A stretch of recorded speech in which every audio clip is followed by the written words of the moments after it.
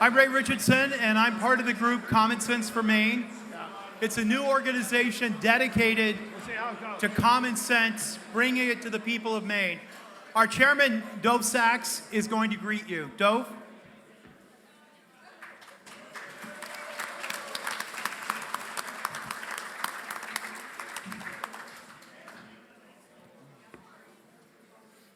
Good evening. Some of you recognize my voice.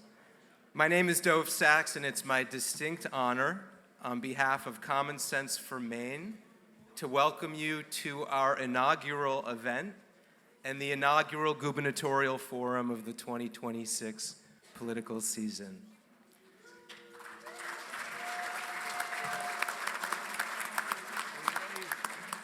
First and foremost, thank you all so much for being here and for the message that your presence is sending about how much you and all of us are yearning for profound change in Maine.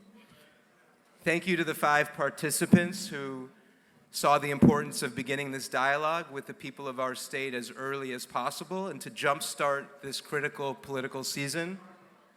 That time is short and the task before us is tall. Thank you all for getting us started tonight. Thanks to the one and only Ray Richardson, truly a Maine state treasure, for agreeing to moderate our discussion tonight and for coordinating with the various participants and campaigns. This night would certainly not have been possible without you. Thanks to Dominic Pugliares for your incredible generosity with this beautiful property.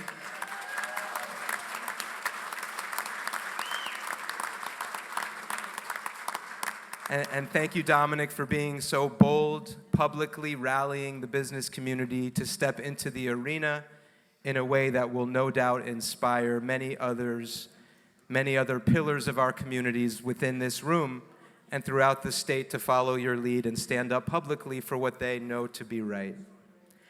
I'd like to ask all of the current or former state legislators or state party officers in the room to please stand to be recognized.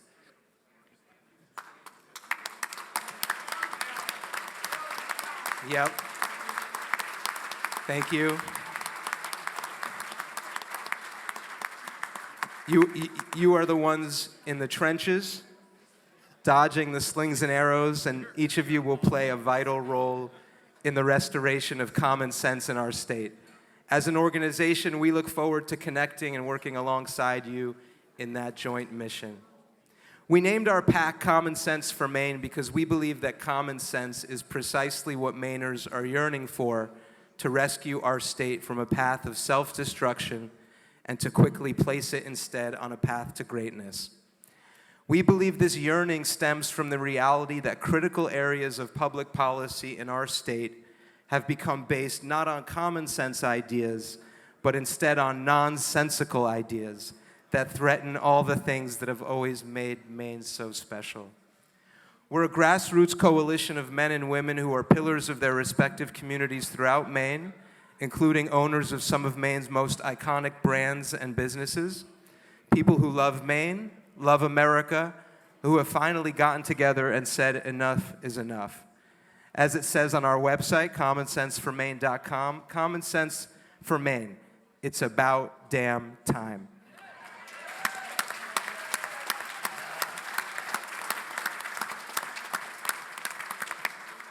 Or put another way, you get precisely as much tyranny as you accept, and we are not prepared to accept any more. We believe it violates all common sense to allow males to compete in sports with our girls.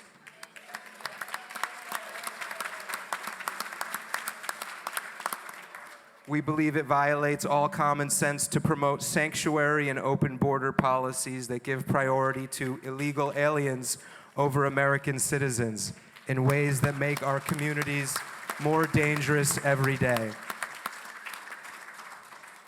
And we believe it violates all common sense to create a business climate so stifling and an educational system so lousy that far too many of our highest achieving kids enter high school with one foot already out of the state. This is not grandma or grandpa's Democrat Party. It's not even mom or dad's or the older brothers. We also believe on all these 80-20 issues, there's a reason that state policy seems to always go the way of the 20. And that reason is that virtually all of the support for the 20% nonsensical positions comes from the radical left faction of the Democrat Party that has hijacked that party, the Democrat Party that we used to know in Maine, and by extension has hijacked the entire state and virtually all levers of governmental power in it. And this radical left faction that controls our state is about to drive us right off the economic and cultural cliff. We believe that in our political sphere, the only way to prevent our state from going over that cliff is for common sense to go on unabashed offense against such offensive ideas, and thereby grab the wheel back from the drunk driver who's babbling nonsense, all the while pressing ever harder on the accelerator heading toward that cliff. And we need to grab the wheel before it's too late. In this election cycle, thank you, we'll be doing everything possible to make sure too late never comes, and certainly not in 2026. We'll support common sense candidates, common sense policies, and common sense strategies, and we'll aim to expose the nonsensical positions coming from those who support the status quo. And we'll put on events like tonight's in order to bring common sense Mainers like yourselves together to connect and strategize and organize so that we can begin to row more and more powerfully in the same direction, to heal any needless divisions among us, and begin to lean more deeply on each other in this shared mission so that we can become unstoppable heading into 2026. We'll be rowing upstream, no doubt, but the people in this room are used to rowing upstream and running into headwinds. And like runners who train at altitude, it's this shared history that has raised us up and prepared us for what lies ahead. If all of us in this room become activated in your communities in the cause of preserving our beautiful state, then with God's grace and mercy, we'll put our state on a path to the greatness that it deserves. If you'd like to support us tonight in this mission, you have envelopes to facilitate a donation that we promise to put to good use. If you fashion yourself a mover and a shaker who's ready to go all in on restoring common sense to Maine, beginning in your own community, then reach out to me directly. We'd love to connect with you after the forum about joining our team. Without further ado, please allow me to pass things back over to the one and only Ray Richardson and our forum participants for the main event. Thank you all again for being here.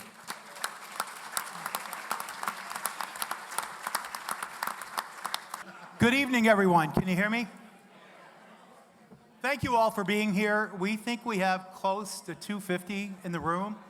When you think about the fact that this is May of 2025, 15, 16 months before the election, it's incredible. And we are grateful to each and every one of you for showing up here tonight and demonstrating your commitment to change Maine back to what it used to be, a place of opportunity and hope. So thank you for coming out tonight. We have 5 candidates on the stage. David Jones, I'll go from the far right. David Jones, Robert Wessel, Garrett Mason, Owen McCarthy. I called him Andrew McCarthy on the air this morning, forgive me. No problem. He's an actor. Dee Dee and I watched a movie last night. You know how that goes. I was tired. I'm not an actor. Now, you're not an actor, yes, but he is. And Bobby Charles is here. So if you follow my show, you know I don't use notes, and we fly by the seat of our pants. And that is what we're going to do tonight. So what we've asked the guys to do is to give full answers while also being respectful of their fellow contestants here tonight. This is a job interview because being governor is a job. You're not a celebrity. The people hire you to run the government. You show up for work every day and you stop the nonsense. And we want to find out who's going to do that. So I'm going to start with Bobby here. So just so everybody knows, Bobby, you're the guinea pig. Tell us about yourself. Sure. So first, let me say thank you all for being here. This is why we're going to win in 2026. Let me also say thank you for being in the company of those that share our views. I mean, being among those that are of like mind is incredibly comforting, but we have a lot of work ahead of us. I grew up in Wayne. I don't know how many people here know Wayne, little town of, there you go, little town of 500 people. At the time, we had a lot of World War II vets, and they really pushed me in a particular direction. My mother, can you hear me okay there? Okay. My mother was a school teacher for 40 years and put us on a certain track. And that track said, you're going to have to get an education. And so I did. And the short version of my life is I went away, got an education, served my country, 10 years in uniform as a naval intelligence officer. I have had a blessed life, truly blessed. And no kidding. And I come back to Maine after, I trained all the police in Iraq and Afghanistan for several years. I was an assistant secretary of state, but the most important part of my life is that I sort of learned everywhere I went what it means to take responsibility. And I did that in the military, and I did that in the civilian world. And I set up a company that has gone on for 25 years now, working in national security areas, and I ran a $2 billion operation for the U.S. government. And I come back to Maine, and I thought, gosh, Maine will be idyllic. That's really where I'm done. I got all the titles I need. I'm gonna live in the woods where I grew up. And all of a sudden I realized, wait a minute, this state is not the state that I left. How could we have gone from 5 overdoses in my high school year last year to 10,000 overdoses last year? It's not conceivable. It's not sustainable. And then I looked at the taxes, and my mother, we just lost her, she was 86 last summer. Seniors can't stay in their homes because we have the highest property taxes in the country. That makes no sense at all. My 2 kids are grown, one 23, one 29. Our kids cannot afford to buy houses. They can't even afford to rent on their own, which is why so many are living with their parents. That is not Maine. So, and finally, the education system roiled me big time. I graduated from an unaccredited high school, Maranacook, played football, had all the joys of graduating from high school, and we were among the top, Maine public schools were among the top public schools in the United States up through the year 2000. Today, we're number 49. It is not sustainable. So my commitment to you, which is to say, I think we are all on one team here, one team, one fight, but my commitment to you is to cut crime. You've seen the ads. To cut crime, and that means get the drug traffickers out of this state.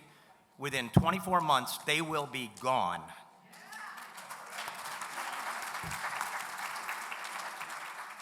I helped shut down the Medellin cartel and the Cali cartel, and we're going to do that. And then we're going to cut the income tax, and we're going to cut the property tax, and we're going to rebuild our schools. And that's it. Well done, Bobby. Thank you. Let's go next to David Jones. We'll work our way toward the middle. David Jones on the far right. Well, how are we doing today? My name is David Jones. This thing here. I have, had the pleasure of living in the state for almost 40 years part-time, 27 years full-time. I raised all my kids here. I'm married to Nancy, and in 10 days, it's going to be 40 years that I'll be married to my wife. Somebody else I know in this room has been married for 40 years. That's an accomplishment in itself. But I have 6 children. I have 7.5 grandchildren. They're amazing, being part of Maine, like I have I own F.O. Bailey Real Estate. I travel throughout the state, top to bottom. I've seen so much, whether it's up in Orono or Bingham or Kennebunk or Acton, Maine, Portland. The differences are vast. But the one thing I've noticed is that this isn't the state that I moved to a long time ago.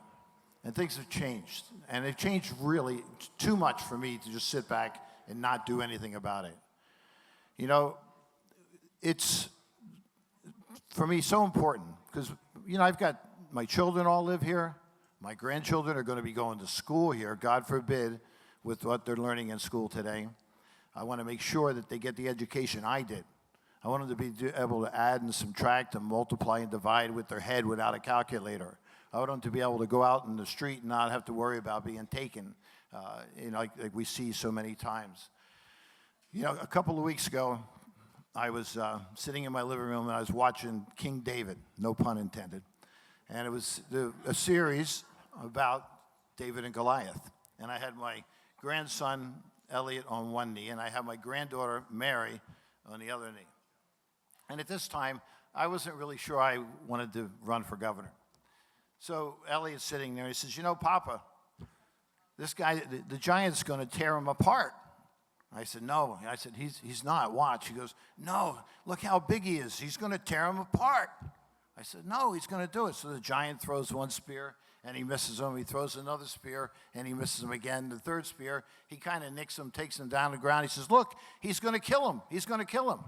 I said, no, just watch. He says, he's only got a rock. I said, don't worry about it, right? So David jumps up, and he runs out. He hits him in the head and knocks the guy down. And he looks at me. He goes, how did you know that? I says, I just knew. And Mary looks at me. She says, Papa, why are there bad guys in the world? And I said, well, there's always going to be bad guys. She goes, well, why do you always want to fight bad guys? I said, well, why do you think I want to fight bad guys, Mary? She says, to make it a better place for me and all your other grandchildren. And she looked at me with the most endearing eyes.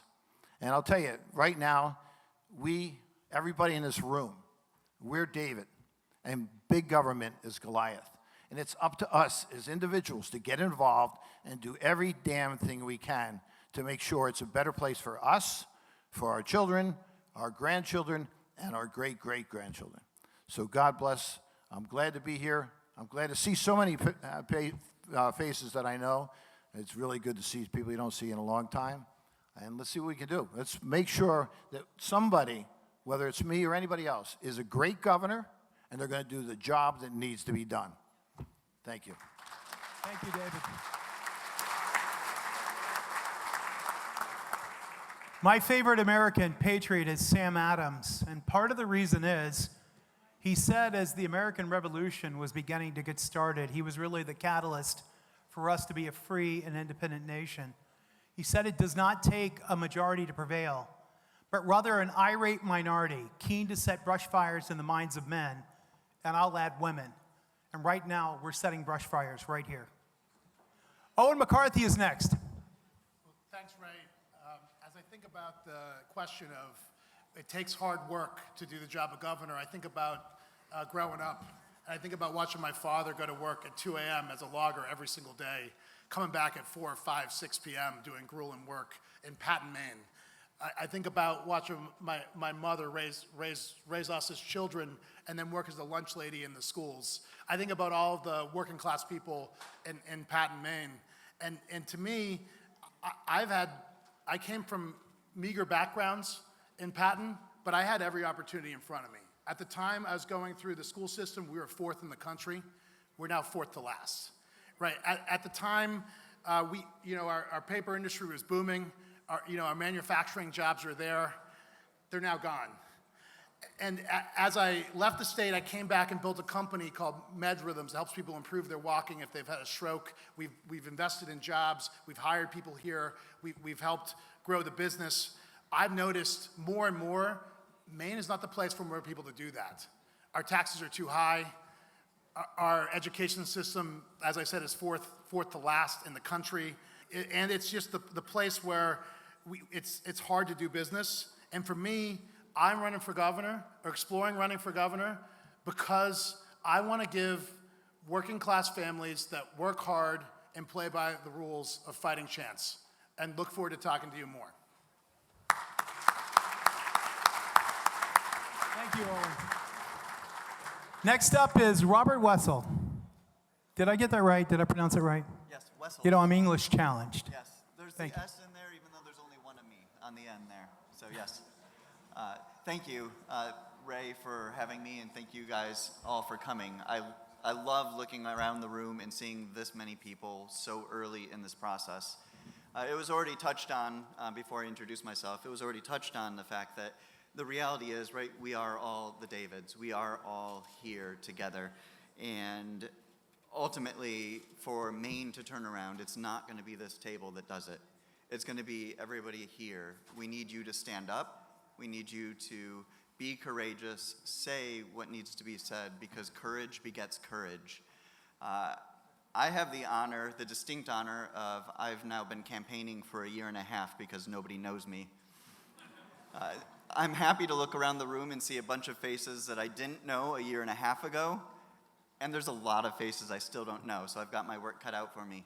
But as I've been campaigning for the last year and a half, literally scootering from Fort Kent down to Kittery and going to meetings and just meeting thousands of Mainers, I keep hearing the same thing, but one distinct change was when I first started, I was the one who was talking about the things we shouldn't be talking about, right? I was the one who was having those conversations and bringing them up.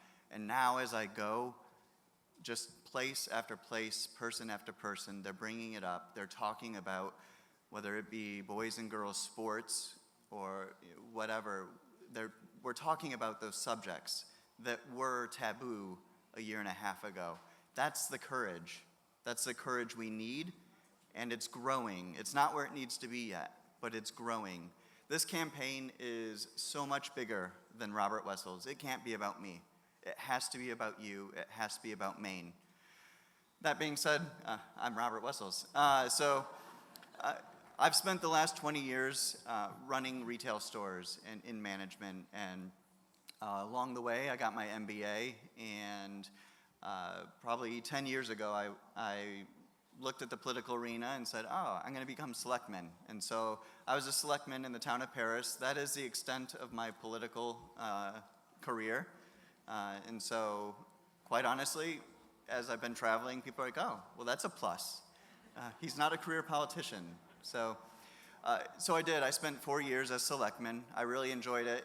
And my daughter was young at the time, and every time I would leave, she'd be like, oh, Dad, another meeting. And so I decided to not run again. I said, you know what? At some point, she's not going to care whether I leave the house. We've made it there, folks.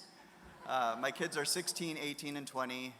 Davey is here with me, but the other two are working or doing something someplace. So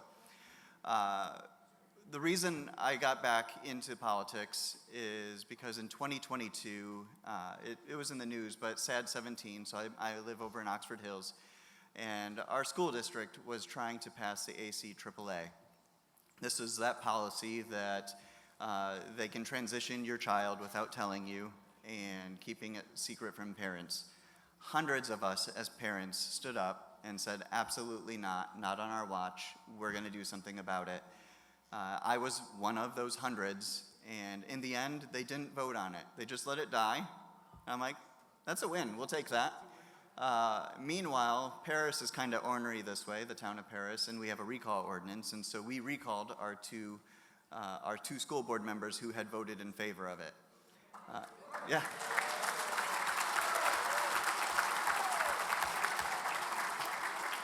My amazing wife volunteered to be on the school board. She's been homeschooling our kids all the way through, and she knows a thing or two about education. And she said, "Hey, put me in."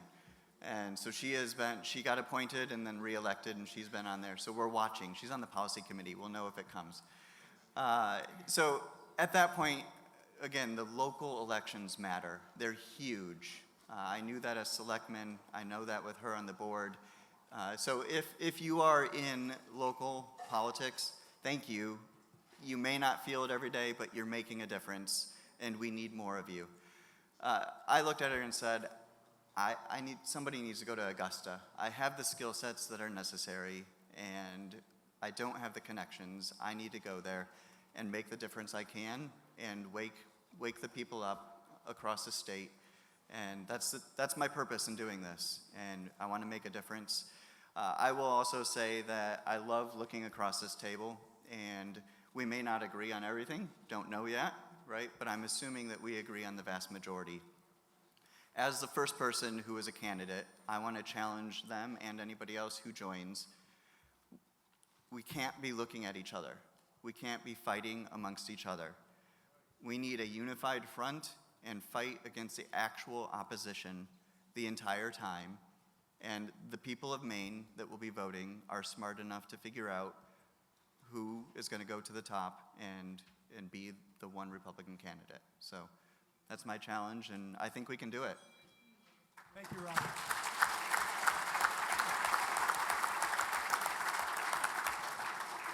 And thank you for reminding me I did not introduce my beautiful wife, Dee Dee, who is in the back corner with the American flag shirt on. If you know me, I can't get dressed without her, so we do everything together. So, Dee Dee, thanks for being here.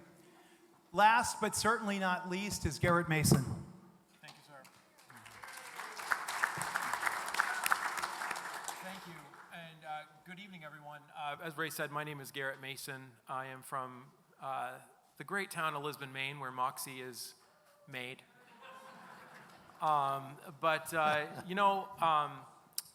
been in and around politics for the past 15 years. In 2010, I was part of the Tea Party group that won back not only the governor's mansion, but both houses of the legislature. I ran in 2010 as a state Senate candidate in a district that nobody thought that anyone could win. When you're running for the state Senate, you usually have three categories of people. You have the people you need to protect, the people you'd like to win, and the participation trophy folks. I was in the participation trophy folks rung of the ladder. We did win that election, and over those 2 years with Governor LePage and Republican leadership in the legislature, we did a lot of really great work. Over the next 8 years, it was tough, but we made some good change for Maine. What we've seen in the past few years, the past 7 years, has been very difficult to watch. It's been difficult as somebody who used to serve up there. It's been difficult to watch as a husband and as a father to a 5-year-old girl. And it has really forced a lot of conversations, not only around these types of tables, but really at every kitchen table across the state of Maine. I want to tell you a story, and I'll try to keep it short because we've got a lot of issues to talk about. When I was elected in 2010, I remember the next morning after it was clear that we had won the legislature and that Governor LePage had won in his first term. And we all headed up to Augusta because none of us knew what else to do. We couldn't imagine that we had actually won. And a lot of you probably know my cousin Dale Crafts. He's sitting right back there. Dale and I were both elected to the legislature from Lisbon. And we got up to the State House, and it was this big press conference. And I remember walking into the building, and all of these people were walking up and down these great marble stairs. And I'd only ever been to the State House once. I was watching all these people walk up and down, and everyone was crying. Everyone was crying. And I was very moved by the whole thing. I was a senator-elect, couldn't even believe I was there. And I looked at Dale, and I said, Dale, I can't believe how happy people are that we won. And he looked at me, and I thought he was going to fall out of his wheelchair laughing. He said, they're not happy. They're all going to lose their job. And I couldn't even believe it. And, that's a funny story, right? But that's what we're up against. It's an entire bureaucracy. It's not the people that you elect. It's the people that have been in the system for decades and decades and decades and have been waiting for people like me and people like Jeff Timberlake and Deb Plowman and Dale Crafts, my father, Rick Mason, to leave. Because once you leave, they can go right back to what they were doing before. And that is what has happened. The challenge in front of all of us this next election cycle is not the platitudes of we got to get rid of solar panel subsidies and we have to lower our taxes. We have to figure out how to rip these things out, root and stem, and never let them take root again.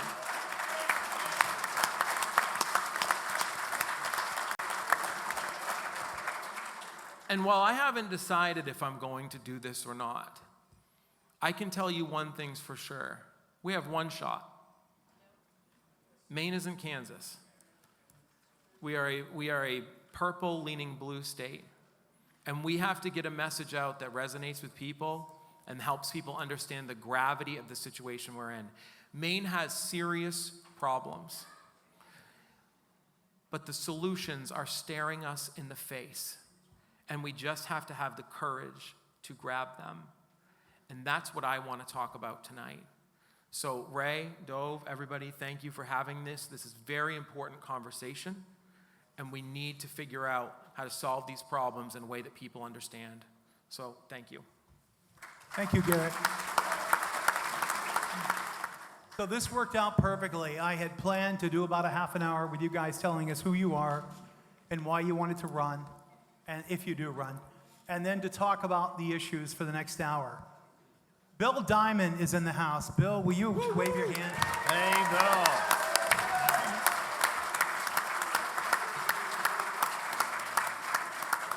Bill has been a friend of mine for almost 3 decades, and he is one of the most tenacious human beings I've ever met. He and his beautiful wife, Jane, a couple of years ago, formed an organization called Walk a Mile in Their Shoes. If you don't know about it, I want you to look it up sometime tonight when you get home. Their website is walkamilemaine.org, walkamilemaine.org. Bill and Jane are so committed, they have put $50,000 into this organization themselves. Why are they doing this? Well, you may not know because Governor Mills, and we're not going to bash her tonight, but if you listen to my show, you hear me say 2 things. I'm not going to do it. Not going to do it. I'm not running for governor. I'm not going to do it. If you listen to my show, you hear me say 2 things. Truth and facts are not negative, nor are they positive. They simply are. So we're going to talk about some truth and facts, and then get these guys to talk about it. You may not know about this, but in the last 6 years, almost 150 children have died in this state under state oversight and state care through the Department of Health and Human Services. Our governor has not spoken about a single one of them. And in fact, all she has done is protect the department. 145 employees of that department wrote a letter saying they had no confidence in their leader, Bobby Johnson. She praised Bobby Johnson. If you're a business out here and you had one person die, what would happen to you most likely? Can you imagine if you had 145? We have got to fix this problem. If we keep killing off our kids, there won't be any kids left. And the state has an obligation when they take a child in to make sure that they are given the best protection. So Garrett, we went last with you this time. We're going to go first with you this time. And I know this is a tough issue, but if you guys could try to keep your answers succinct. What would you do as governor immediately, aside from hiring Bill Diamond? What would you do immediately to address this issue? It's really funny that you say that because Bill and I have served together in the Senate, and Bill is my own personal Bobby Kennedy, and Bill Diamond is one of the best legislators that you will find. I have a tremendous amount of respect for him. In fact, when I first joined the legislature, I was the chairman of the Criminal Justice and Public Safety Committee. Bill was the Senate chairman before I was, and he taught me a lot about that committee and how to manage it. I also have a signed book. The subject matter that Bill is talking about with children is not new. He wrote a book called The Evil and the Innocent, and I have a signed copy of that, and it tells horrific stories about what has been going on for decades in this state. So one of the things that I would do almost immediately is we have to separate the Office of Child and Family Services out from the Department of Health and Human Services. You have to. We were just talking about this ahead of time because you cannot manage You're talking about children, scores of children dying under state care. It's obviously not working and it needs special attention. And this has stretched out for decades. This is not just a Mills administration issue.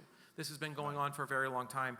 So that office has to have special attention and cabinet level position outside of the Department of Health and Human Services. We also have to do a much better job of vetting foster families.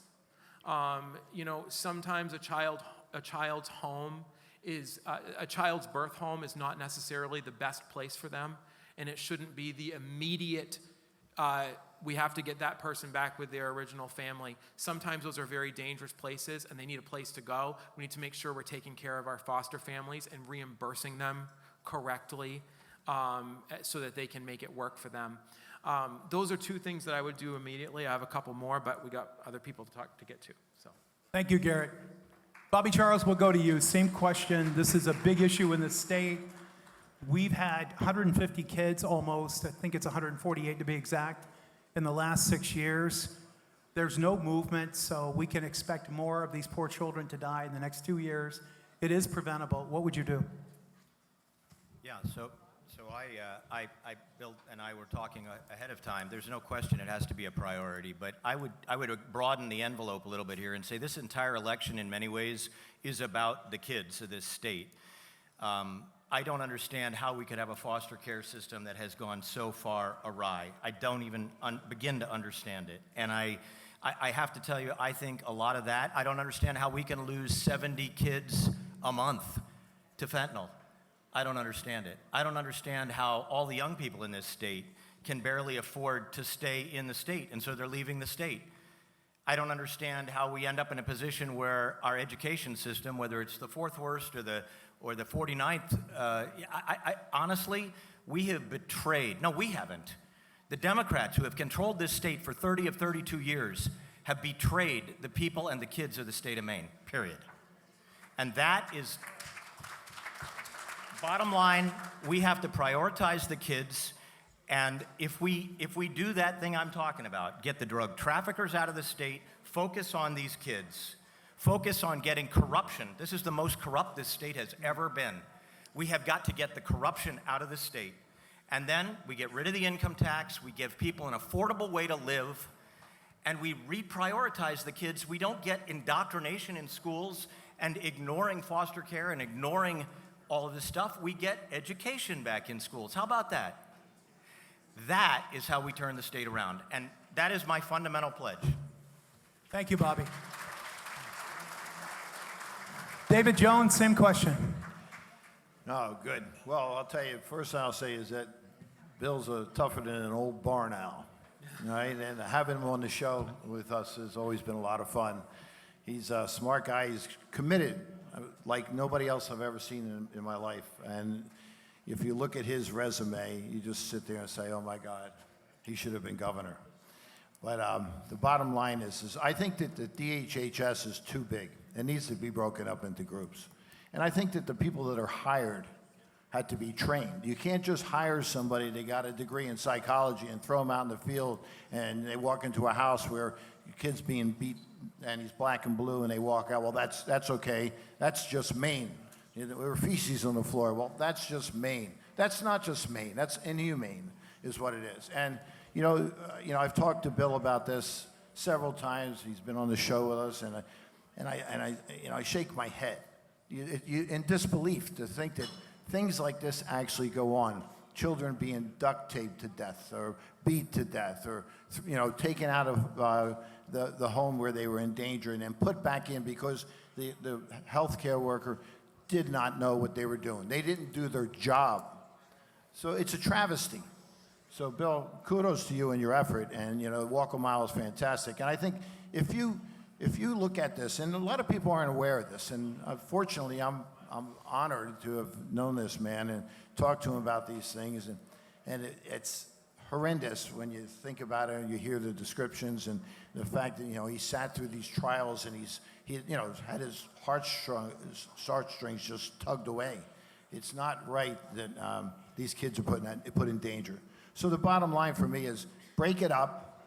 It's too big. It's unmanaged. They're spending money on things that they shouldn't and not spending money on the things that they should. And training, I think, is the key thing.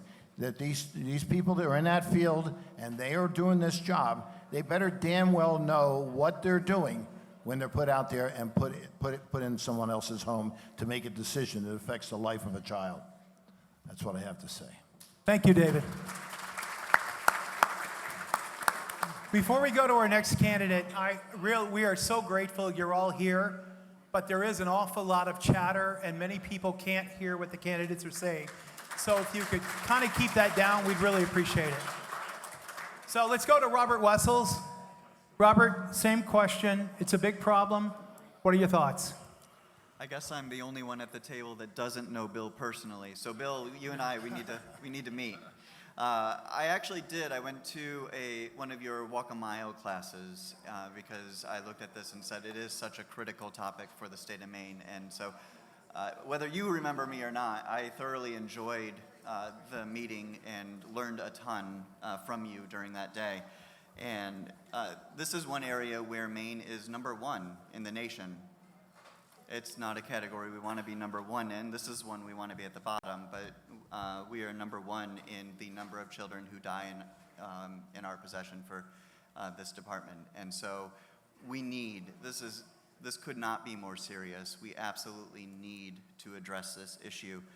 And ultimately, the same answer applies to this department as other departments. We need to wage war on corruption and mismanagement in our government right now. It's all over the place, this department included.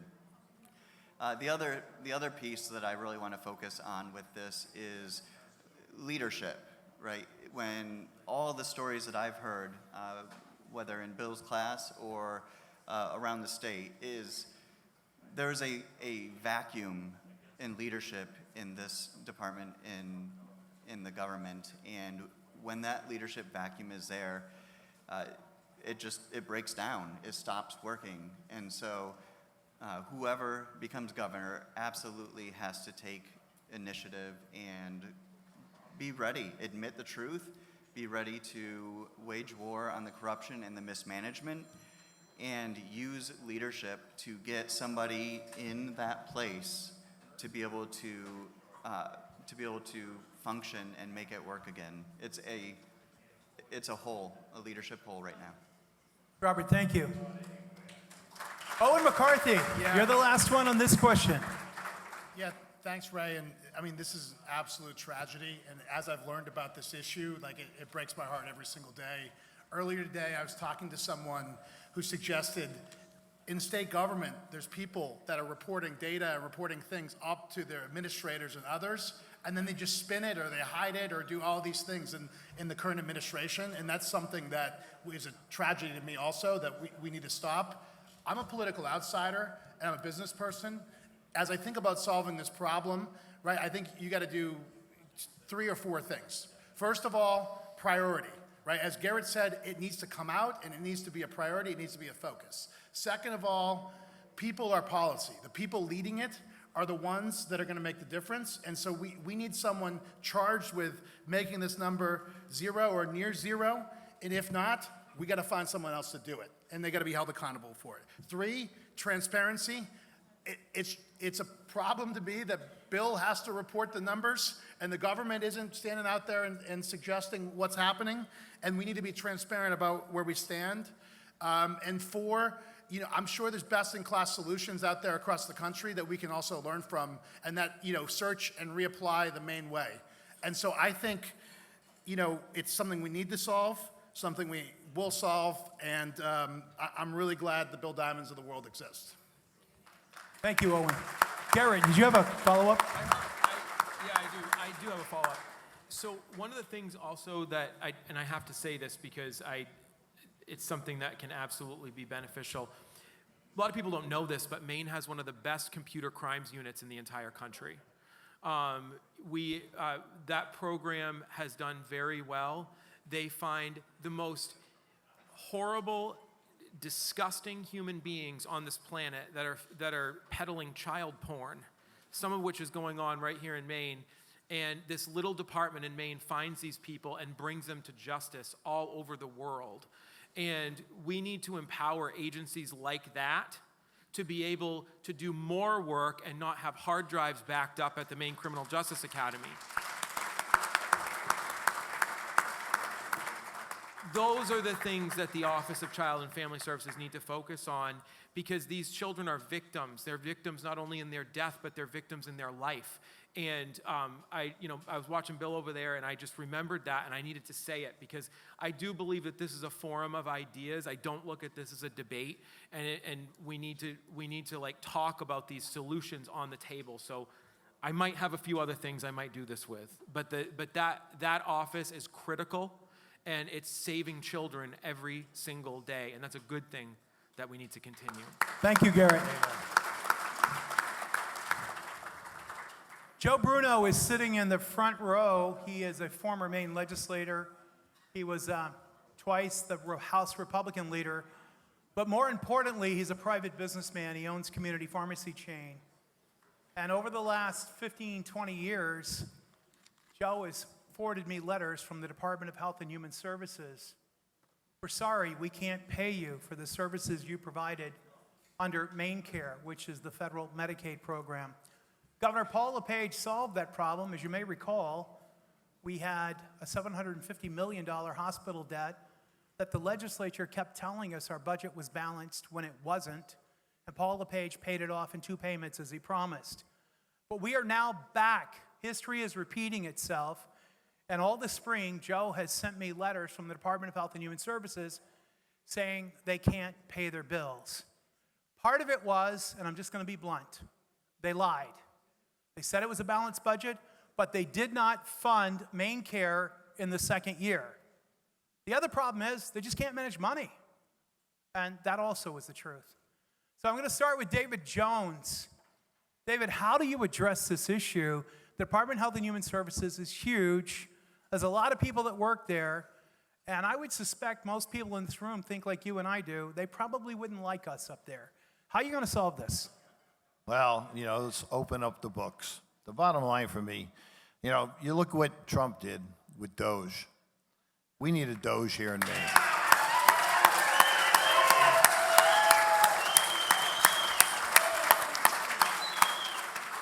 I, as a layperson, I own my own business, but I'm a layperson when it comes to understanding how they spend the money we give them.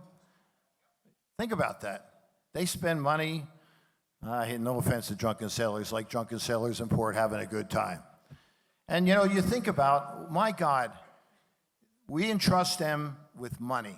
We pay, we're like indentured slaves. They need a little bit more money. They turn on the spigot. They drain a little bit more money. They come up with a new tax. They want to tax. They want to tax prescriptions. They want to tax ambulances. They want to tax. Hell, we got taxes on taxes. That's why I'm here. I'm on the back 9. Make no mistake about it. You can tell by the gray hair, right? But my kids are not. My kids are going to live in this state. They're born in this state. My grandkids are here. So, what do we do? It's not just up to me or anybody else up here on stage. It's up to every person in this room to stand up and get involved and vote. So, if you don't vote, we don't win. I've been a Trump guy. If anybody knows me, and they know I'm Trump. I bleed Trump.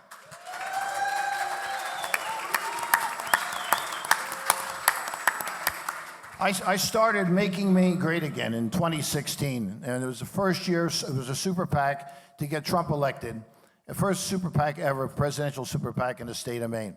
We came 18,000 votes away from winning in 2016. Why? Because 7 out of 10 items, I don't care whether you're a Republican or you're a Democrat, you have to agree with them. If you got any common sense in your head whatsoever, you have to agree with those issues that make sense. So, and what they do with us, and everybody, I watch it, election cycle after election, Ray and we constantly scratching our heads wondering, what the hell are they doing? Why are people voting this way? They get sucked up into a wedge issue, or they're single issue voters. Look, Ronald Reagan said, If you vote, anyone who supports me 80% of the time is not my enemy 20% of the time.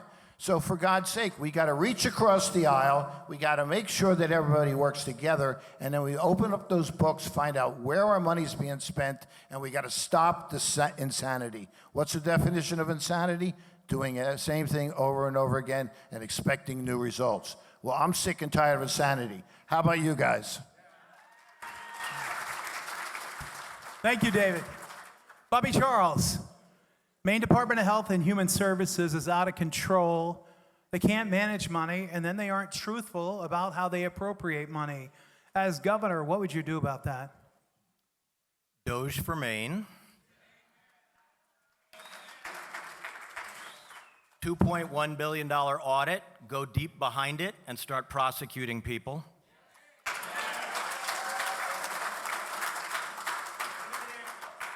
Stop the wokeness in DHHS, education, everywhere. Fire them. Cut the budget by 50%, bring it back to where it was in the early LePage years. And then get the government out of people's face, including the corrupt government, and cut the income tax so that people can keep the money they earn. And finally, just remind voters that this state is theirs. This state is ours. It does not belong to Janet Mills or Bellows or any of them.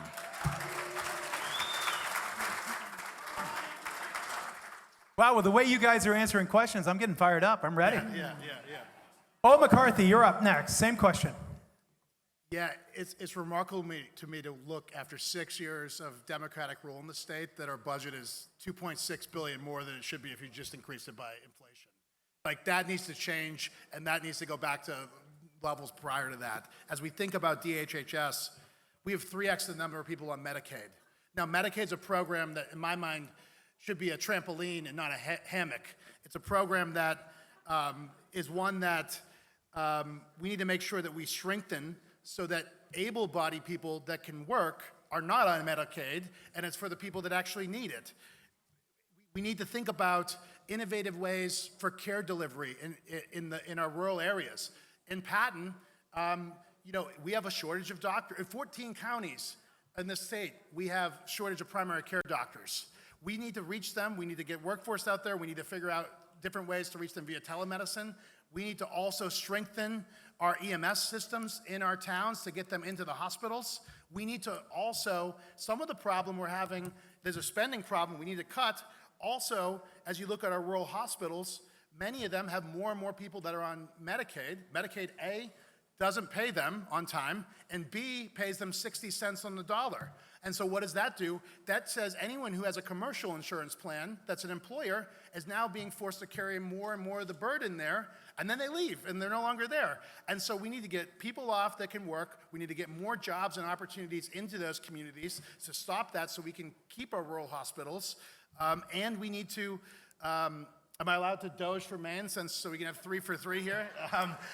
So we can make sure that we keep our spending under control. So it's a opportunity and jobs problem and a go after the spending problem all at the same time.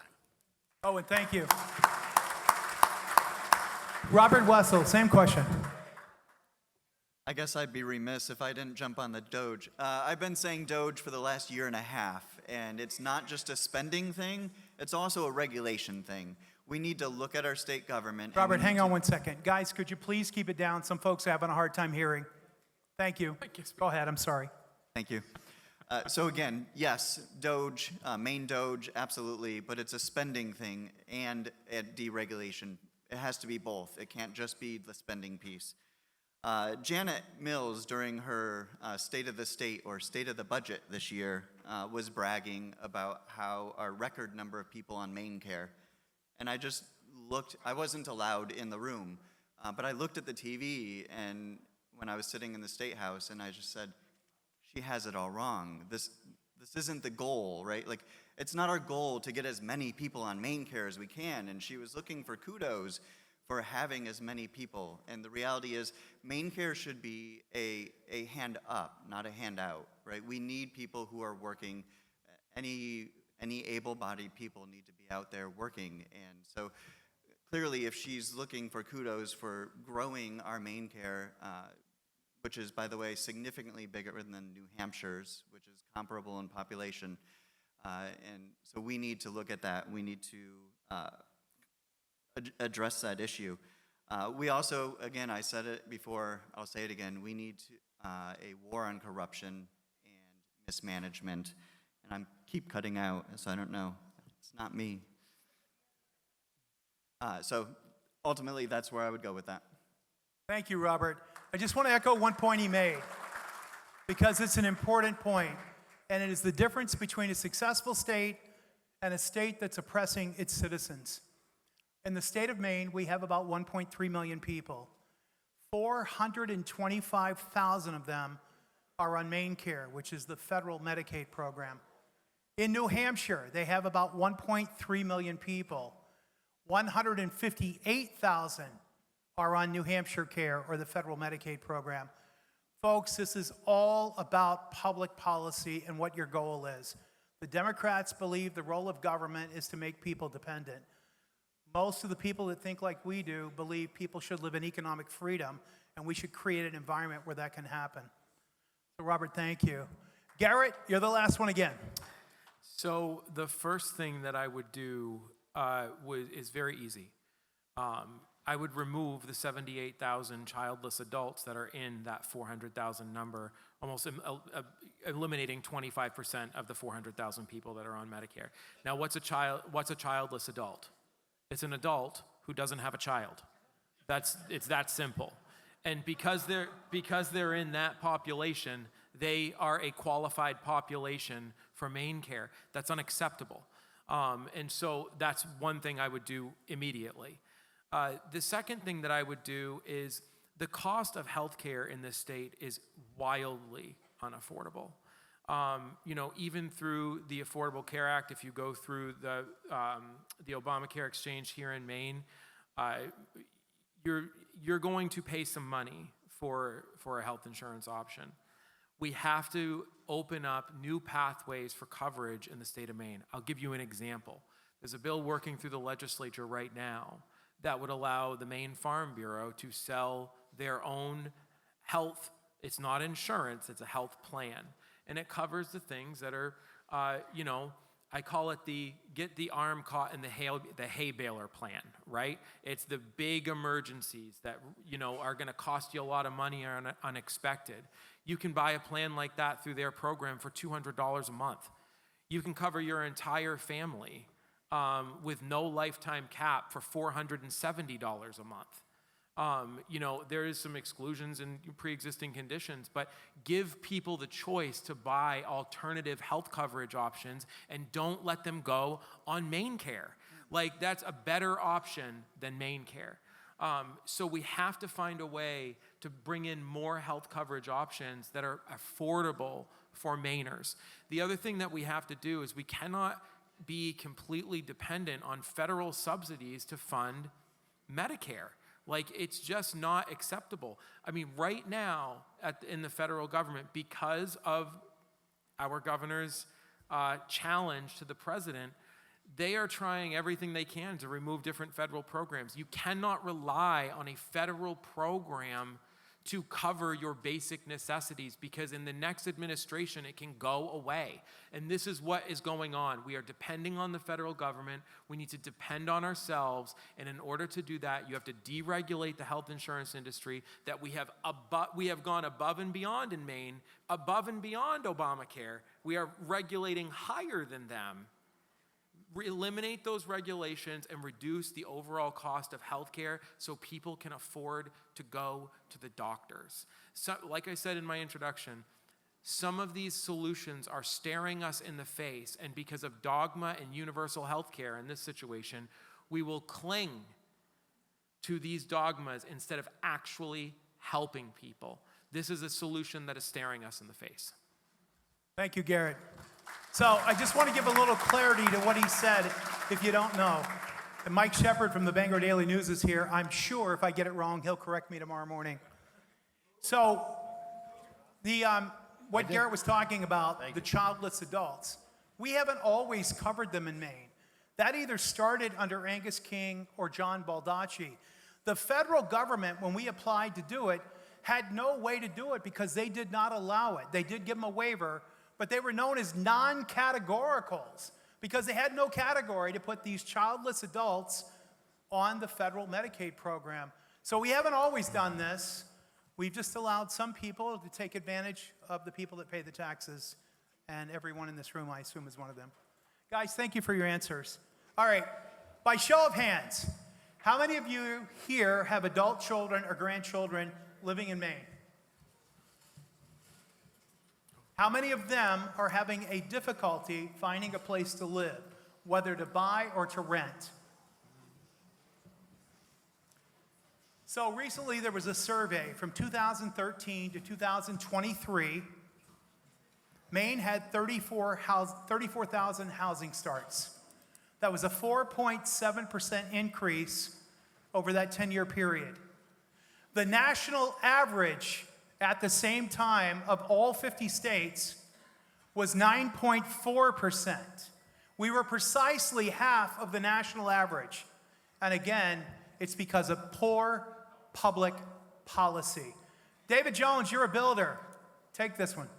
Yeah, this is sickening to me. I moved up here a little over a quarter of a century ago into the great state of Maine thinking I would have more freedom. But I'll tell you, when I was a builder, and I do just real estate now, maybe a little, can't keep my fingers out of putting something up in the ground. But when we would go in front of a planning board in Florida, they understood that when we put houses in, that they would get taxes and they would get money and they would work with us and they would let us do what we want to do. Maine, constitutional right to defend your property here in the state of Maine.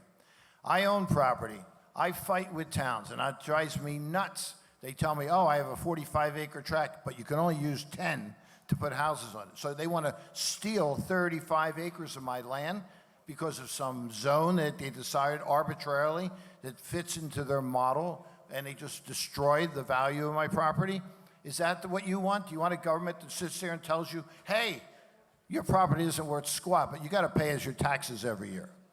People buy a piece of land. They want to put a house on it for their kids, or they buy a bigger tract of land. They want to have, 4 or 5 houses. And then they say, oh, well, there's a vernal pool there. I'm sorry, you can't do it. Is that what you want? You want to add a porch to your house? Somebody ran a skid around there when they were building it. It turned into a vernal pool now, and there's fairy shrimp in there. I'm sorry. The hell with the fairy shrimp. Let's take care of people. Let's not be unrealistic about it. The restrictions on property here in the state of Maine are unbelievable. And you get guys. I have a friend, Vinny Maeda. He's one of these guys that fights the fight, and he goes out and he builds buildings. He builds 400 units, 1,000 units. That's what you need to do. And the state government has to step in and defend the rights of the people that own these properties. These towns are like lords. They lord over the property, and they destroy the value of our property, and they stop us from what we need. You want your kids to stay here? You want your grandkids to stay here? Well, you better go to their town meetings and see what they're up to. They want to stop building. They want it not in my backyard. Your cell phone's not working because you can't get a tower in your area? Guess who's stopping it? The town. So you've got to stand up, and you've got to protect what's yours. You have rights. There's only, I think, 3 states in this country that it's constitutional. It's a constitutional right to defend your land. And when they're stealing your land and they're lording over your property and restricting the value of your property and the ability for you to do more, then guess what? We lose. And government, like I said, is the Goliath, and we are all Davids. And if we don't stand up and stop these people now, it's only going to get worse. Thank you, David. So David's right. Of the 50 states in this country, in the original constitution of each state, only 3 enshrine personal property rights. Maine was one of them. There was a time in this state where we cherished personal property rights. We've got to get it back. Bobby Charles, we got to build some houses. How are we going to do it? So we'll keep it simple here. We're going to cut the regs that the state pushes down. We're going to leverage the state power to cut local regs. So if you're building small homes up in Bangor or you're building them anywhere else, and all of Dave's points are completely valid, we will literally get rid of the regs that make life impossible. We will also stop the mandates that have been pushed down on counties and cities and towns that are driving property taxes up, that are making homes unaffordable. We will deeply cut property taxes. And then we need to think about why we don't have more home builders. I mean, we got a bunch of home builders, I can see them right here in this room. The reason we don't have more is because we've taken the trades out of the schools. Okay, when I was going through, we call it industrial arts. If you wanted to learn how to build a house or be a mechanic or weld or whatever else, we had it. We've cut the living daily, okay? So this is not really rocket science. We get everything back by tearing taxes down, by putting regs down, by getting our schools back up to being able to produce people that build houses. You know, Ronald Reagan said, I think, he was elected on 6 words: strong defense, lower taxes, smaller government. It works here too. That's what we got to do. Thank you, Bobby. So we're at about 7:35. We said we'd go till 8. So we're going to finish this line of questioning, and we're going to do 2 more. But folks, we're grateful that you came out, and we're going to do a lot of these because you're hearing a job interview happen right now. Oh, McCarthy, we got to build some houses. How do we do it? Well, I'll start with a story. I was talking with a large employer in the state of Maine who about 3 or 4 years ago had to move in about 700 people into the workforce because we didn't have it here, which is also a challenge. They came here, they got a job, and they said all but 50 of them have left because they couldn't find a house. And so that problem needs to be solved for a lot of reasons across the board. I have 4 areas I'd focus on as we think about building more houses. There's a state solution, there's local, there's workforce, and there's innovation. At the state level, I agree. Where we can get out of the way, we need to get out of the way. For example, if you subdivide a plot into more than 3 places, the DEP, the DOT get involved. You have to go through this whole process. Can we increase that number so people can build more units? At the local level, this is a tricky one for me because while I want to incentivize local governments, I also respect the Maine tradition of local control. And so I want to find a way to reward the towns and cities that want to build more units for them and not tell places what exactly to do, because I know in Patton, Maine, if someone comes in and tries to tell me what to do, we're going to do the opposite. And so there's a fine balance in Maine. On the workforce side, the trades, as Bobby was talking about, are really important. I was spending time in Aroostook County, and I said, we have a housing issue. We got to cut the red tape. We got to cut the regulations. We got to build more for permitting. And they're like, oh, and you don't know what you're talking about. Because in Aroostook County, I can't find a plumber, and I can't find an electrician. And that's what, I can get a permit all day, and I can build it all day. And so the solutions need to be set up such that they're localized. And on the innovation side, I think we have an opportunity both to create jobs and to solve some of the problems if we think about new solutions like lower cost modular for certain situations. I know we have some modular in the state. We have some expertise in research and development. We could build companies that meet the demand and do it in a way for a certain part of the market. And I think that the combination of all those things is what we'll need to do to really go after this housing crisis that we're in. Thank you, Owen. Garrett, your wife is also in the house business. I'm sure you guys talk about it. How we build some houses, Garrett? Yeah, so shameless plug, my wife is a general contractor. We have a company called the Maine Home Collective. You can go to themainhomecollective.com and look and see what we do. You know, yeah, we build them. Garrett will build them. I will not build them. You do not want me to build it. That's where you would like your code enforcement officer. Yeah, I mean, so we do that. We deal with that every day. And, you know, I think there's a couple of things that need to be recognized about where Maine is and where our housing problem is. You know, I'm sure many of you know that the government released a report that said Maine needed 80,000 homes just to keep up with current demand. That's true. We also have some of the oldest housing stock in America. My wife is from California, And yes, we airlifted one of the last remaining conservatives out of California. Outside of San Francisco too, by the way. When she got here, she could not believe that there were houses on the market that were 40 years old. It was shocking to her. You go out to California and there's housing tracts and they're throwing them up constantly. When you have old housing stock, it's one thing to get somebody into an affordable home, into an older home, but there's maintenance costs that drive those costs up for those people. So we have to build more new housing because it's very expensive to maintain old, drafty housing. So that's one thing. The other thing that I would do is I would immediately champion a bill to bring down, and this would be a governor's bill that I would submit, to bring down the population size of a town before that they had to follow MUBEC, which is the Maine Uniform Building and Energy Code. I remember when I was in the legislature, there was a bill that they were trying to make every town, regardless of size, follow that. That is very difficult to build a new home if you have to live with MUBEC. And so that's one thing that I would do right away. The other thing that I would do is I would want to champion and partner with the federal government as best as we could to make sure that the softwood that we have so abundantly here in Maine is cut, produced, processed, and sold here in Maine. We build homes with pine, and we need to have more raw materials that are cheaply and efficiently produced. I'll tell you one story.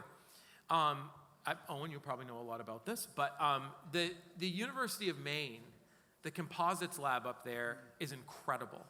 And what they're able to do with wood is amazing. They're actually building, and I know this is a touchy subject, I'm just using it for example purposes, they can actually 3D print a offshore wind blade out of wood, out of biodegradable wood. Be great to burn it.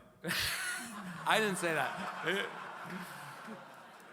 But what they can do with 3D printing for homes and for things like that, that's the wave of the future. And we have to be on the cutting edge of those things. And we have to be able to make sure that our raw materials, which we have abundantly in this state, are not stolen by maybe some of our neighbors. But that's another subject. So. Thank you, Garrett. We're going to give Robert Wessel a crack at this, and then we're going to come back to Bobby Charles for the comment. Robert? Yeah, thank you. So I believe it was Bobby who mentioned big government, and I don't know how many of you know this, but our legislature was considering a bill to take over the Bangor Mall this year. Why? Basically because they wanted it. And so again, we need to take a look and rein in our government in Augusta, and part of that is regulations. You don't want me building your house, so I got to meet.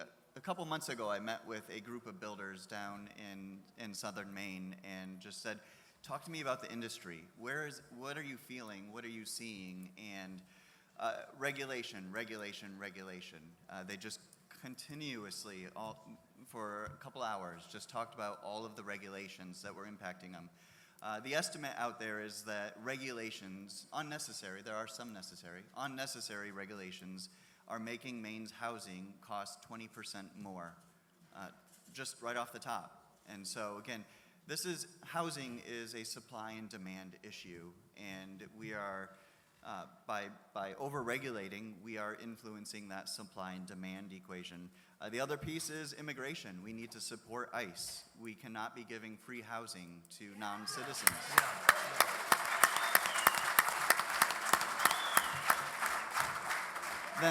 Then lastly, a subject we could talk all night on is energy, right? The energy prices in Maine are impacting our builders, they're impacting the retailers, they're impacting every single business that plays into our housing, and as well as you and I and how much we have to live, so the cost of living. So it can't be ignored. We must address the energy crisis in Maine. Robert, thank you. Bobby Charles has a quick follow-up. We got one more question after this. Just 30 seconds here to say, I want you to imagine a pile of paper this high sitting beside me here, and whoever the next Republican governor, and it will be a Republican governor. The next Republican governor of the state of Maine is going to have a pile this high of executive orders, and he is going to start signing them immediately. And one of them is to wire brush all of the illegal aliens out of this state and take those 5,000 units and give them to Mainers. And then we're going to do what Donald Trump said. He said, you know what? Let's take all that luxury housing that you gave the illegals and give it to our homeless vets. How about that? Yeah. And then we're going to shut down one of those documents. We're going to shut down all 300 of those grow houses and give those houses to Mainers. We're going to get rid of the drug traffickers, rid of the illegal aliens, and we are going to produce for the state of Maine a healthy, happy, safe environment. Thank you, Bobby. All right, in order to get you out of here at 8 o'clock and have some time after this for you to interact with the candidates, and Dom has some beautiful food here for you to eat, we're going to only have one more question. We're going to try to end close to 8. So, how many of you have kids in school or grandchildren in school? How many of you are happy with the education they're getting?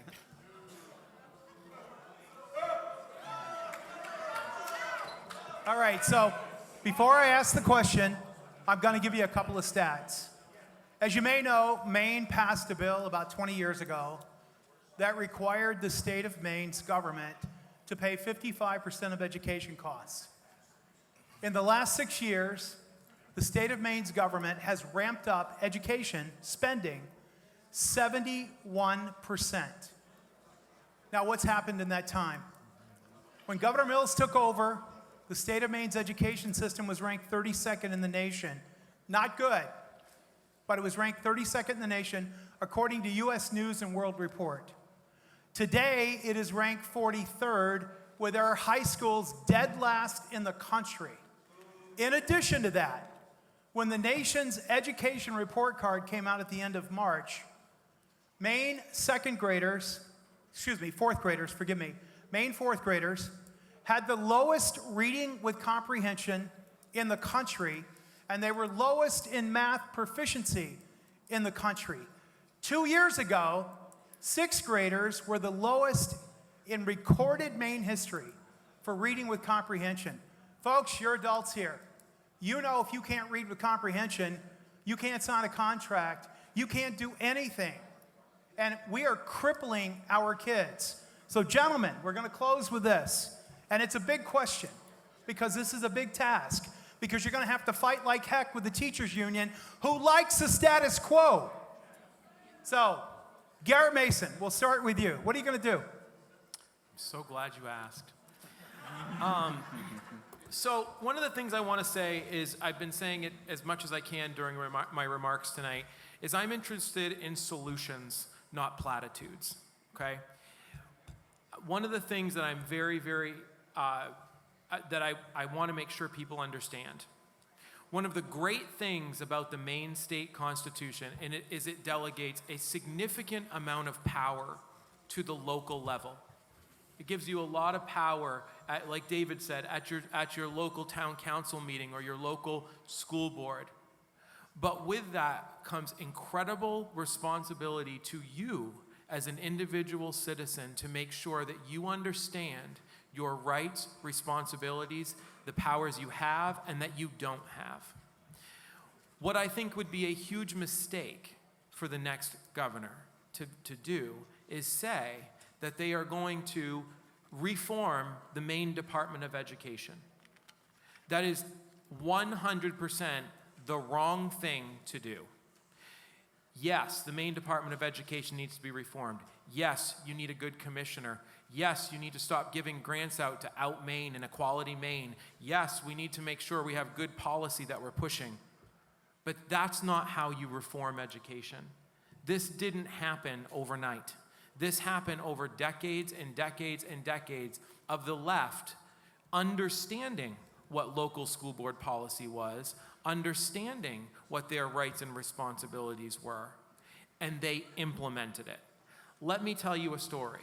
My mother was on a school board in our town, And when you do school board orientation, there is a law firm who will not be named, but they represent many of the school boards in this state, if not upwards of 80% of them. They come in and they scare you to death as a new school board member. They say, if you do anything outside of what the superintendent, the MEA, Maine School Board Management Association, and the Maine Principals Association say, then you're going to get sued and you're going to lose your accreditation, and they're going to scare you to death. This is a layperson's job. My mother got elected on the school board on a write-in campaign with 32 votes because nobody else was running. So my point is, you change education at the local level. So I will tell you what I will do. Yes, we will do all the things with the Department of Education, but that's not how you win. How you win is by taking, the Office of New Americans and using that money to do the Office of the Governor's School Board Liaison, and you bring them in and you tell them, these are your rights and responsibilities as a school board member, and this is what you can and can't do. You can get rid of your curriculum coordinator that's shoving this garbage down your kids' throats. You can implement a standard for your library. I find it so interesting. The leftists always say that, we believe in, freedom of speech and you can put anything you want in your library. The public school library is not a Barnes and Noble. If you want to go buy that book, go to Barnes and Noble. You don't have to put it in the school library. And so you change these things at the local level, and they're already being done. Heidi Sampson is in the room tonight.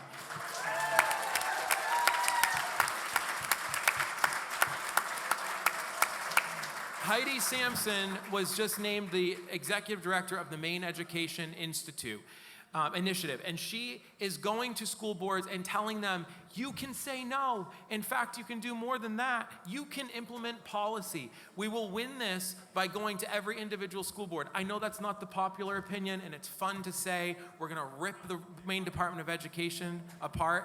That's not the answer. The answer is to tell the school boards that they have power and teach them how to use it. That's how you win. Garrett, thank you. Before we go to the next person, I just want to give you two pieces of hope.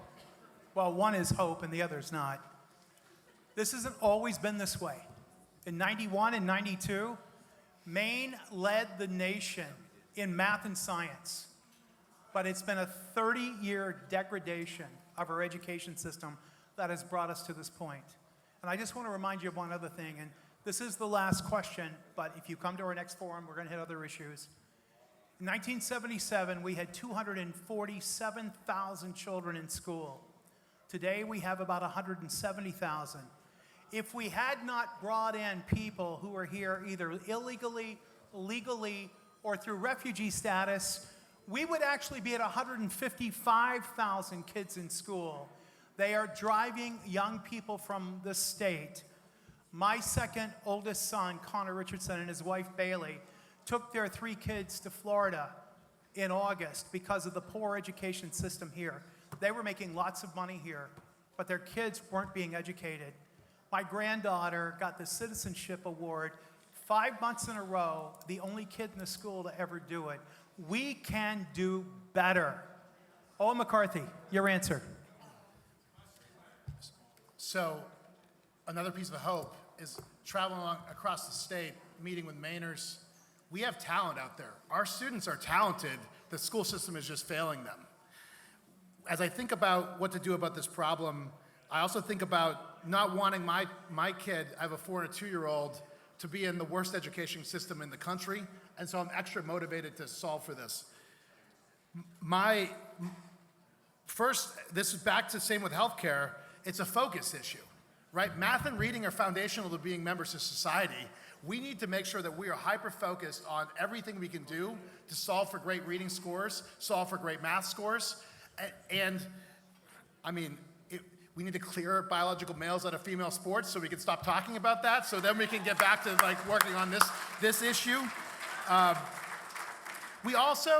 other thing that's happening in the world right now, and it hasn't been talked about a lot, is there's a lot changing with technology and artificial intelligence. And I know it's scary to a lot of us because it can do a lot of things, but if we don't introduce it and educate our students and our people to use the tools and to be on the cutting edge, we're going to be left behind and we're not going to be resilient in the next workforce. And so we need to make sure that that is front and center. I'll tell you a story about kids coming to the University of Maine system. They were coming in and they're told in high school that artificial intelligence, using it, is cheating, straight up cheating. I'm working at my company, building my workforce. I'm telling my workforce, use as much as you can, as fast as you can, because we can win in the marketplace. There's a disconnect there that we need to connect. As I think about the teacher workforce, we are losing teachers left and right because a lot of the good ones are saying, I can't put up with this, right? Like I'm dealing with a lot, like I have to clear a whole classroom out if one kid acts up and I can't educate the students. And so I think we need to, to backfill that, work on teacher apprenticeship programs in local areas. I think if you can bring in a person that lives in the area, train them, get them in as an ed tech, make sure that they learn teaching along the way with no debt, they're more likely to stay in that school and be a good teacher in that school. I think we also need to make sure there's competition amongst our schools, because if there's competition amongst the schools and you can choose where you send your students, then that will help work on that policy. I also think it makes sense that if we have great teachers, we should find a way to reward them with good pay, and then if we have bad teachers, we should find a way to move on from them. And if we don't do a lot of these things, we're never going to have a solution there. Oh, and one last thing. There's a disconnect between, back to what employers want and what is getting taught through K through 12 and even higher ed. We need to connect that loop. Employers need to have a voice in the process. We talk about the trades a lot. Like, yes, we need more trades. We talk about doctors. We need more doctors. Like, how do we connect the loop so that way we do have workforce in the places that we need them, and people aren't going off and getting degrees in things where they're never going to get a job. And so I think those are the kind of the 4 areas I would focus on for education. Oh, and thank you. Bobby Charles, this is a big problem. You have 2 minutes to solve it. Bobby could do it. Yeah. Yeah, real quick, I come from a family of teachers. My mother taught for 40 years. My brother teaches high school math. His sister teaches, aunt, a grandmother. I know all these problems. I actually taught. Bottom line is you have to get the indoctrination out of the schools. You have to re-inspire and then at the state level push down core curriculum so that people graduate with all those skills. So we don't have, which is what we have today, 4th graders, 70% of whom cannot read, and 8th graders, 70% of whom cannot do basic math. How do you work at BIW if you can't read or do math? It's not going to happen. So actually, every answer we've heard so far is completely right. We also go to the local level, as Garrett said. We also look at school choice and vouchers. We look real hard at how you remake. This is one of my top 3 issues, and I can't do it all in the next 71 seconds, but the bottom line is we're going to cut crime, we're going to cut taxes, and we're going to rebuild the education system in this country and in this state, and we got to do it now. Bobby Charles, thank you. Robert Wessels, Bobby Charles went over, so now you have 90 seconds to solve the problem. Come on, Bobby, come on. So when I live my life, I look and say, what is a purpose, right? When I'm looking at the education in the state of Maine, I ask the same question. What is our purpose? I think all of us would agree that our purpose is to get our kids ready for the real world. When I look at our results, we've hashed it out, we're failing miserably. We need somebody who is willing to look at our process, look at our system as a whole, and admit that we're failing and move on. We need to dramatically reform our education system. We need school choice. We need a marketplace. We need school choice with a tax credit. It creates competition, right? Right now, our public schools are a monopoly. They behave like monopolies, and we need to create competition. We also need an open market approach where if my wife wants to homeschool 5 kids or 6 kids in the neighborhood, she can do so, and it's considered a school, and it has the same expectations that our public schools have. We need to create it so there's thousands of these micro schools around the state. Why? Because our purpose is to get our kids ready. It's not to protect our public schools. That's fine, they'll make it. Our purpose, we have to remember, is to get our kids ready. We need to focus on the basics. We need to focus on reading, math. It just came out in the news the other day, Mississippi, who by the way is the poorest state in the nation, was just highly successful when you look at where they've come educationally. So money's not the issue. We can do it. we're pouring a ton of money in. And in many cases, I would say we're wasting our money. Again, I'm not saying to necessarily cut that budget, but I'm saying money is not the factor. Mississippi is doing it on less. We can do it. And we need to focus on that and really just move this ball forward and admit that we're failing. Robert, thank you. David Jones is going to be the final comment tonight on this issue. David, you now have 60 seconds to solve the education problem. I'll see if I can squeeze it all in, but this is a subject that really is near and dear to my heart. You know, I didn't go to college. I went to high school. I barely graduated high school. And, you know, what I did do is I took vocational training. I learned how to use my hands, my brain. I have skills. I could still do them today. As the world comes to an end, guess who you're going to come to build you a house or a shelter for your kids? So there's 3 things I do right off the bat. I would make sure we got rid of CRT, critical race theory. I would make sure we got rid of DEI, all right? And I would get rid of this new Mainer, or what are they calling that? New Office of New Americans. And I would take all that money that we're wasting on this indoctrination of our children, and I would make sure that our teachers are getting paid the money they need to get paid so they don't fly the state for the first job they can get that's going to pay them more money. Because when I grew up, the teachers I had loved their job. And you know what? They got paid a good wage. Here, I don't think it's the case. I think these teachers need to get paid good money. And that's the only way. They have to survive too. They have to pay for a house. They have to have a car. They got to have insurance, and we all know what the hell insurance is costing us. So we need to look at what we're spending our money on and get these teachers in line. All right, say, here, look, this is what we want. We'll have active parent-teacher associations. Do you remember PTA? Anybody remember that? Where in the hell are they? Why aren't they standing up? You know why they don't stand up? Because they're afraid that 4 cops are going to come in the room and tackle them down and take them to jail for voicing their opinion. I think parents need a right. You need to be involved in your children's education. I have 6 kids. I was always at the school. I was always wondering what the hell was going on. I was talking with the teachers. I saw the good ones. I saw the bad ones. And if they were bad, I explained to them what I thought was wrong. I didn't get violent or want to tackle them in the hallway. But I did explain to them how I felt. And you know what? My kids are all good. They're all self-sustaining individuals, and they don't ask Dad for any money. All right? They all have a job. They all have a career. They all have children, and they're all living really, really well. And, you know, Ronald Reagan said it perfectly. America is built at the dinner table. So, and you're all here tonight because why? Because you love our country, you love your family, and you love our children. And that's what it stands. That's what the fabric of America is. That's the reason I'm sitting here in front of you tonight, because I care, and I know that every single person in this room that you all care.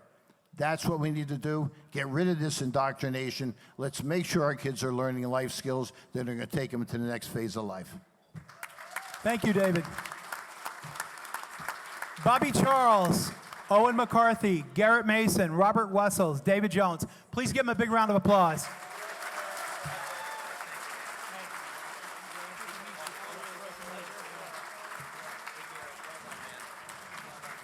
Guys, hang on just a second, if you would. Hang on just a second. So, again, we are grateful to all of you for being here tonight. This is not the end. This is the start. Before we go, and you're welcome to stay and talk to the candidates, Dominic, who owns Dune Grass, he's our host and a member of Common Sense, wants to say a few words.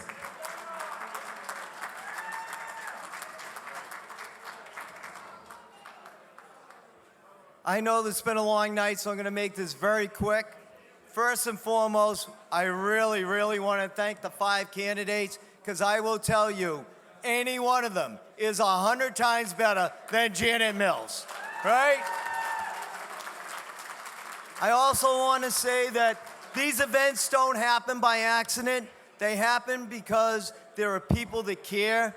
There are people that want this state to be better. And we have them in our group, Common Sense for Maine. I also want to tell you these events don't happen without great people like the people at Dunegrass that served the food, cooked the food, served you drinks. I'd really like to thank my staff for that.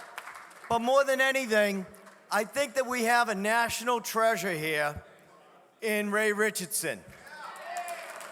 And I want to tell you all that an event like this would be mediocre without a guy like Ray moderating it.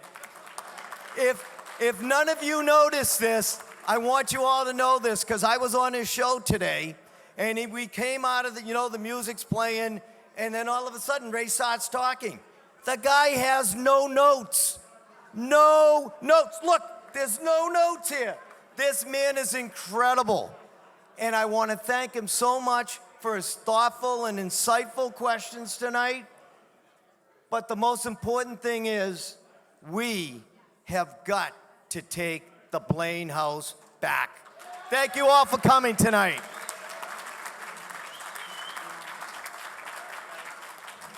Just real quick, if you'd like to know more, find out about our events, our website is Common Sense for Maine, that's M-A-I-N-E, commonsenseformaine.com. Thank you all for coming.